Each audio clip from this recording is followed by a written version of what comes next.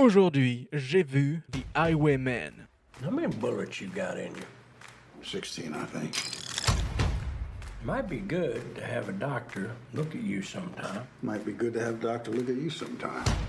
I ain't got no bullets in me.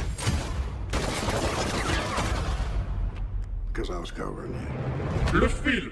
The Highwayman, sorti en 2019, réalisé et écrit par John Lee Hancock en collaboration avec John Fusco et Scott Frank, avec Kevin Costner, Woody Harrelson et Kathy Bates dans les acteurs principaux.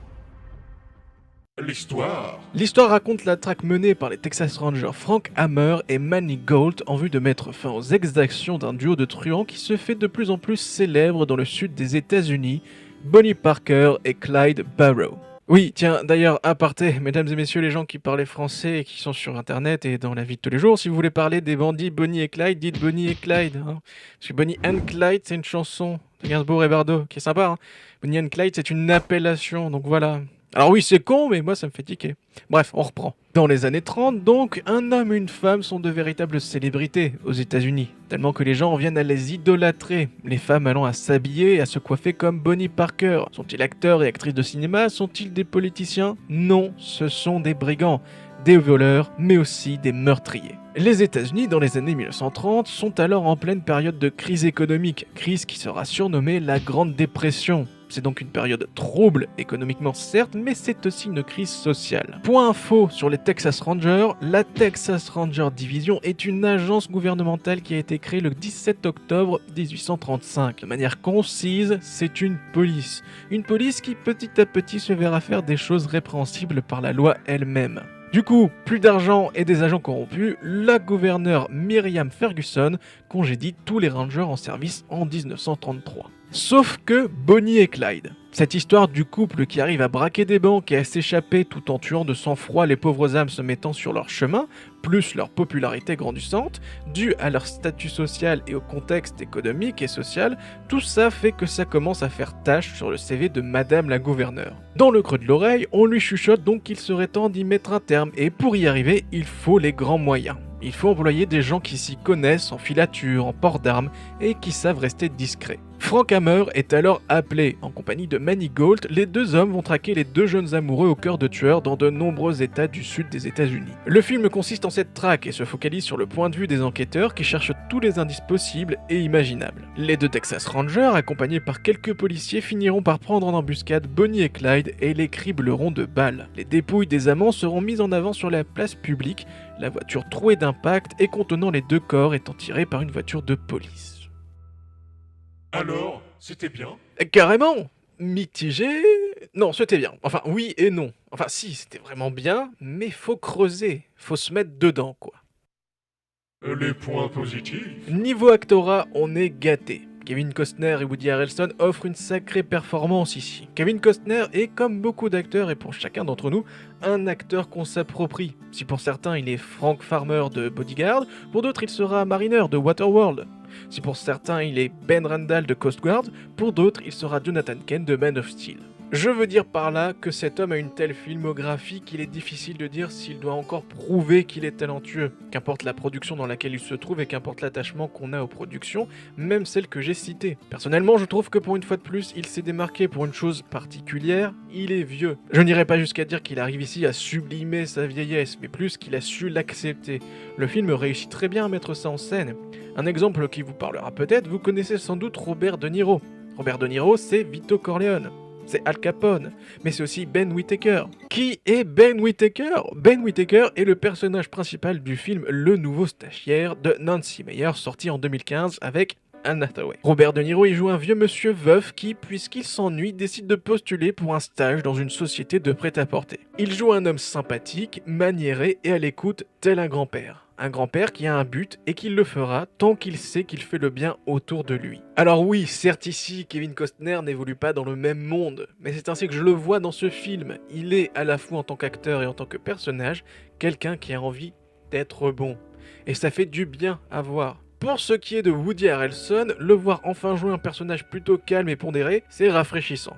Pourquoi est-ce que je dis ça? Parce que j'ai vu le film en version française, et comme la plupart des films en VF, où on peut trouver Woody Harrelson, il est doublé par Jérôme Powell. Alors je n'ai rien contre la personne, mais il a ce tout petit côté très irritable dans le fin fond de sa voix qui m'agace au plus haut point, surtout quand il crie. Je ne dis pas que la voix de Jérôme ne sied pas à Woody, je trouve même qu'elle lui va très bien. C'est juste que pour le coup, étant donné que le personnage a moins tendance à crier ou à être arrogant ou que sais-je encore, ça fait du bien.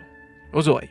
Dans un premier temps. Dans un deuxième temps, Woody Harrelson porte particulièrement bien le costume du Texas Ranger qui, puisqu'il n'a plus rien à faire, donne un dernier sens à sa vie en tentant une mission suicide, tout ça en profitant le plus possible. Bon, maintenant qu'on a fait un tour du côté des acteurs, on va s'attaquer à autre chose. Hein? Pardon? Et Kathy Bates? Oui, c'est aussi une des actrices principales, je sais, mais bon, j'ai pas envie de m'étendre sur le sujet. Pourquoi? Oh, elle a 3 lignes de texte. Elle apparaît à tout casser dans 5 ou 6 scènes à peine.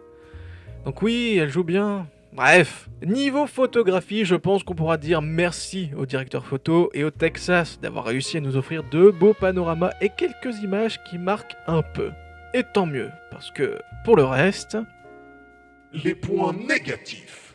C'est lent. C'est un poil lent. Un tantinet. Il y a clairement une mauvaise gestion du rythme entre les séquences et ça se ressent atrocement une fois qu'arrive le dénouement. On se dit enfin, ouf. La faute qui est due, je pense, à une réalisation qui n'est pas forcément pas inspirée, mais qui, je pense, a été le cul entre 2 chaises. Entre la justesse accordée aux événements et les quelques envolées que le réalisateur pourrait se permettre, pour faire un film de fiction, on oscille. On oscille et ça ressemble beaucoup plus à des montagnes russes, mais en ligne droite, et qui accélèrent de temps en temps, mais qui jamais ne tombent vraiment pour réussir à nous sortir ce... Oh, dingue ce qui vient de se passer! Enfin, ça c'est pour la première heure de film. La deuxième heure est... Ah bah merde, j'ai envie de dire des trucs bien là. Bon bah du coup... Les points positifs. La fin est géniale. La tension qui est créée à partir du moment où les 2 Texas Rangers sont à la veille de leur embuscade est parfaitement maîtrisée. Et lorsqu'arrive enfin la voiture de Bonnie et Clyde, la fameuse voiture qui, il me semble, est exposée quelque part dans un musée dans le monde, toute la tension de cette scène se relâche d'un coup. Pour rappel, la voiture de Bonnie et Clyde a littéralement été criblée de balles. On dénombre 150 impacts de balles sur la voiture. Et la scène fait exactement ça. Les policiers sont là, ainsi que les truands, à se regarder en chien de faïence, et dès que le premier coup sort, c'est une rafale qui ne s'arrête jamais. La scène est d'une violence incroyable, où on voit les corps de l'homme et de la femme se faire bousculer dans tous les sens à cause des balles. Ce passage dure tellement longtemps qu'au bout d'un moment, on a cette petite voix dans la tête qui dit « Oh, oh, oh, c'est bon !»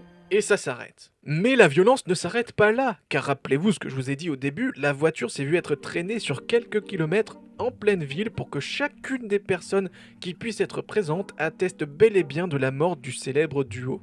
Et la violence recommence, une violence qui démarre gentiment, parce que ce cortège funèbre est plus que malsain. Tous ces gens qui s'agglutinent pour voir 2 cadavres, un homme et une femme défigurés, et dont les vêtements et la peau étaient souillés de sang. Et que font les gens dans tout ça? Ils pleurent, ils crient, ils touchent des cadavres, ils rentrent à l'intérieur de la voiture, ils arrachent des morceaux de vêtements, des mèches de cheveux, ou même un bout d'oreille. C'est vraiment traumatisant. Traumatisant dans le sens où le film ne prépare pas à une telle salve de violence. Bien sûr, il y avait de la violence plus tôt dans le film, où on voit vraiment à peine le visage d'un homme explosé par un fusil à pompe, mais c'est tout. Le film nous prépare à la fin de par son propos, mais dans son traitement, il ne nous prépare pas à cette fin-là. Et c'était très intriguant. Voilà. C'était une review rapide et pas complète de The Highwayman, avec un avis complètement biaisé. N'oubliez pas le like et le commentaire, on se dit à la prochaine fois et salut!